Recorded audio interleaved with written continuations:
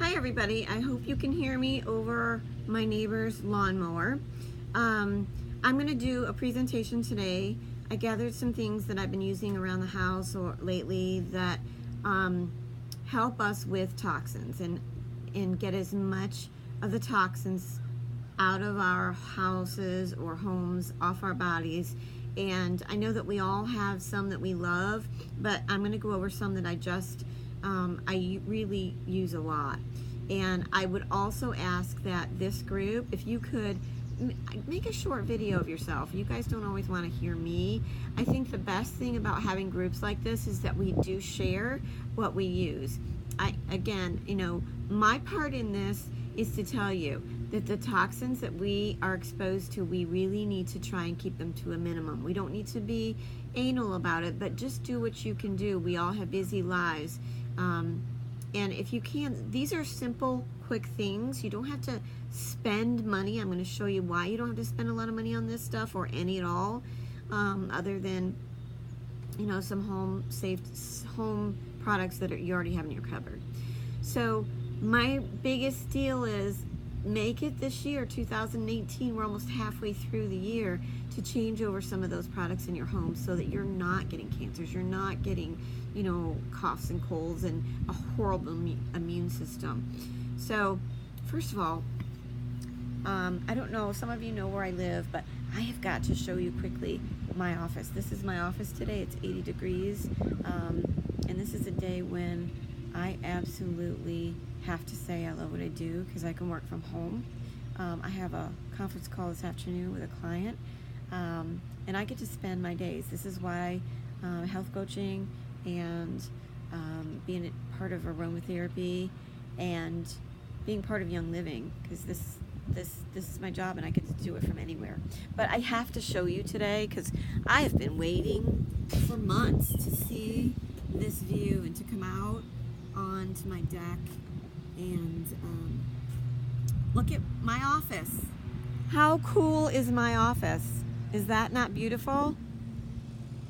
There's my doggies. My doggies are not happy with me right now because we got an electric fence and they got zapped a couple times, so they realized they got to stay in their own yard. But anyway, onward and forward. I want to show you quickly. This is an Empty Thieves bottle. I took the label off, but I make my own shampoo. You can certainly buy Young Living's shampoo. I prefer to make my own. And if anybody is familiar with Castile soap, it's a basic soap. There's nothing in it. You can buy it just about anywhere. Walmart has it. It comes in a bottle about this size. But you need, when I make my shampoo, I'm going to use maybe 10 drops. Maybe 10 drops. I'm going to fill the rest with water. And then I'm going to fill 10 to 15 drops of lavender, of geranium. It doesn't have to be those. Those are my preferences. But Google or look up in your essential rewards desk references what oils you can use, or just use your favorites. But lavender, myrrh, geranium, some other skin oils, those are the great ones for making your own shampoo. So I have my own labels that I make. So this is my shampoo. And this one bottle will last me 6 months.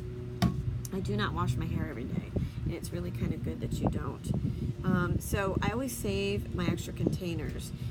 This particular container, I think I am going to make conditioner, but I haven't found a really good recipe for conditioner yet, other than the lavender spray that we've already all made. But check on Melissa Pepping's website. She's a Young Living Diamond. She may have some recipes.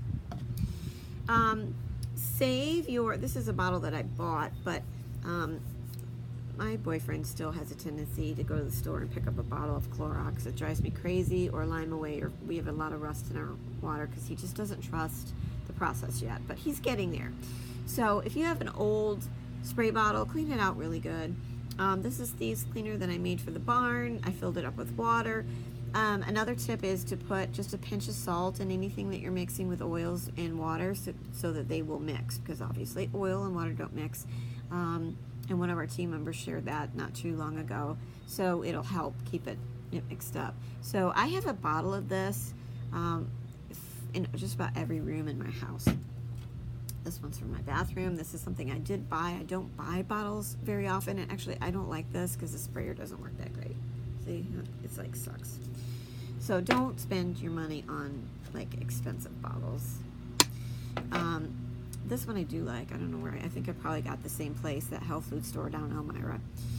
This is my flea and tick spray for my doggies. And in there is citronella, rosemary, tea tree, and I just shake that up. And again, a little bit of salt, and I spritz the dog down every other couple days. Today I'm going to make my sunscreen, coconut oil, carrot seed oil, lavender, and I'm going to look up some recipe or some other oils that are skincare oils. But you have to be careful. Do not mix in an oil that is photosensitive, that you cannot, you know, that react with the sun. So that would be your citrus oils. You don't want to put that. The best thing is carrot seed oil and lavender oil, and probably 10 to 15 drops each. This is something really cool. This is an old bottle of Balance Complete. Excuse me. I took the label off. It's Young Living's protein powder. I used it all up, and I'm going to drill some holes in the top of this, pretty large holes, because I'm going to use it as a sprinkler. And in this, I'm going to put a tablespoon of baking soda, about this much white vinegar, fill the rest with water. I'm going to put 10 to 15 drops of rosemary.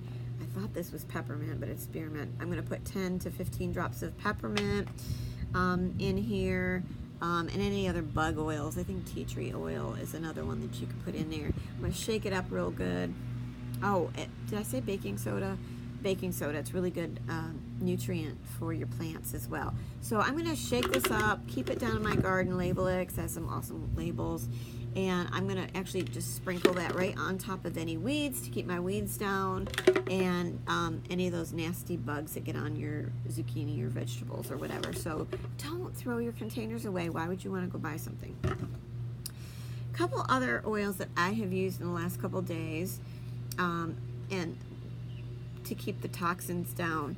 One of them is called Paragize, and it's actually formulated for dogs. Because I'm deworming the dogs again. I just want to make sure they're outside a lot more. They were eating dirt the other day, so I want to make sure that there's no bugs.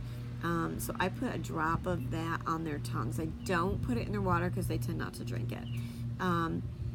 And this is already pre-diluted for the animals, so it's safe to put one drop on their tongues. And they can, or just, I mix it sometimes in with their food because they eat the food so fast that they don't even know the difference. So I use that. So that's in place of anything toxic that you might buy, and it's a lot less expensive than going to the vet for something. Cypress. I had been working in the garden a couple weeks ago, and on my ankle I rubbed up against a nail because we hadn't nailed something down properly, and the nail was sticking up, and I had a little bit of a gash on the bottom of my foot, and it was bleeding pretty profusely. Cypress will stop bleeding like almost immediately. It will stop the blood flow around the affected area, and see, I don't know how it works, I don't know what it does. All I know is the constituents in this oil will stop and regulate blood flow. So I always carry cypress with me.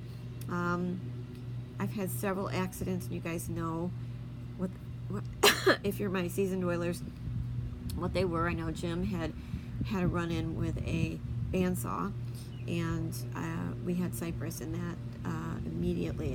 Don't ever put cypress inside a cut, but if you have a cut, say here, you want to put it all around the affected area. Don't get it in there, especially thieves, but it will stop the bleeding. So that's a first aid thing that is non-toxic that you can have. Last thing, I don't want to make this too long a video, Animal Sense ointment, obviously for your animals. The dogs, I use it on their nose, I use it on their pads. I just recently used Animal Sense on their surgical areas. They were spayed, healed wonderfully. Lately, I've been letting my hair dry naturally. I'm trying to not use the hot iron and do all that heat and crap on it. and it is what it is. So in order to keep the dryness down, because it is gray, I do use color, I take a little bit of animal scents, and I mean a little, enough just to smooth over my hands, less than a dime, like less than half a dime, and rub it in my hands really good, and then I'll just take it and run it through my hair. Don't use too much. I kind of concentrate on just the ends to keep the fuzzies down. Animal Scents is awesome like that, and it makes your hair really soft. Also for your skin. So Animal Scents is good for animals. Animal Scents is good for humans. Paragize, which is the oil that I used to keep the bugs down, the parasites in the dogs, we can use that. So once a week, if you want to make sure that you want to detox and you don't have any bugs in your system, you can take this internally. Hope this helps. What I would like, and this is a challenge for my group or any of you listening, and it doesn't have to be oil related. I want you to give me something that you make at home to replace your a toxic product that is standard American to something non-toxic. So if you're in my oil group, I would like you to do something that you use at home on a daily basis that maybe we wouldn't think of.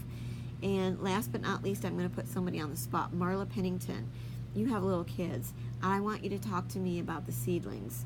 What have you used in the seedlings line, and have you used the seedlings line that is formulated for children? The baby wipes, the diaper rash cream, any of those. So Marla, if you could let me see your video, a face. I know that you guys are tired and always not want to seeing me. I want to see you guys. Have a great weekend.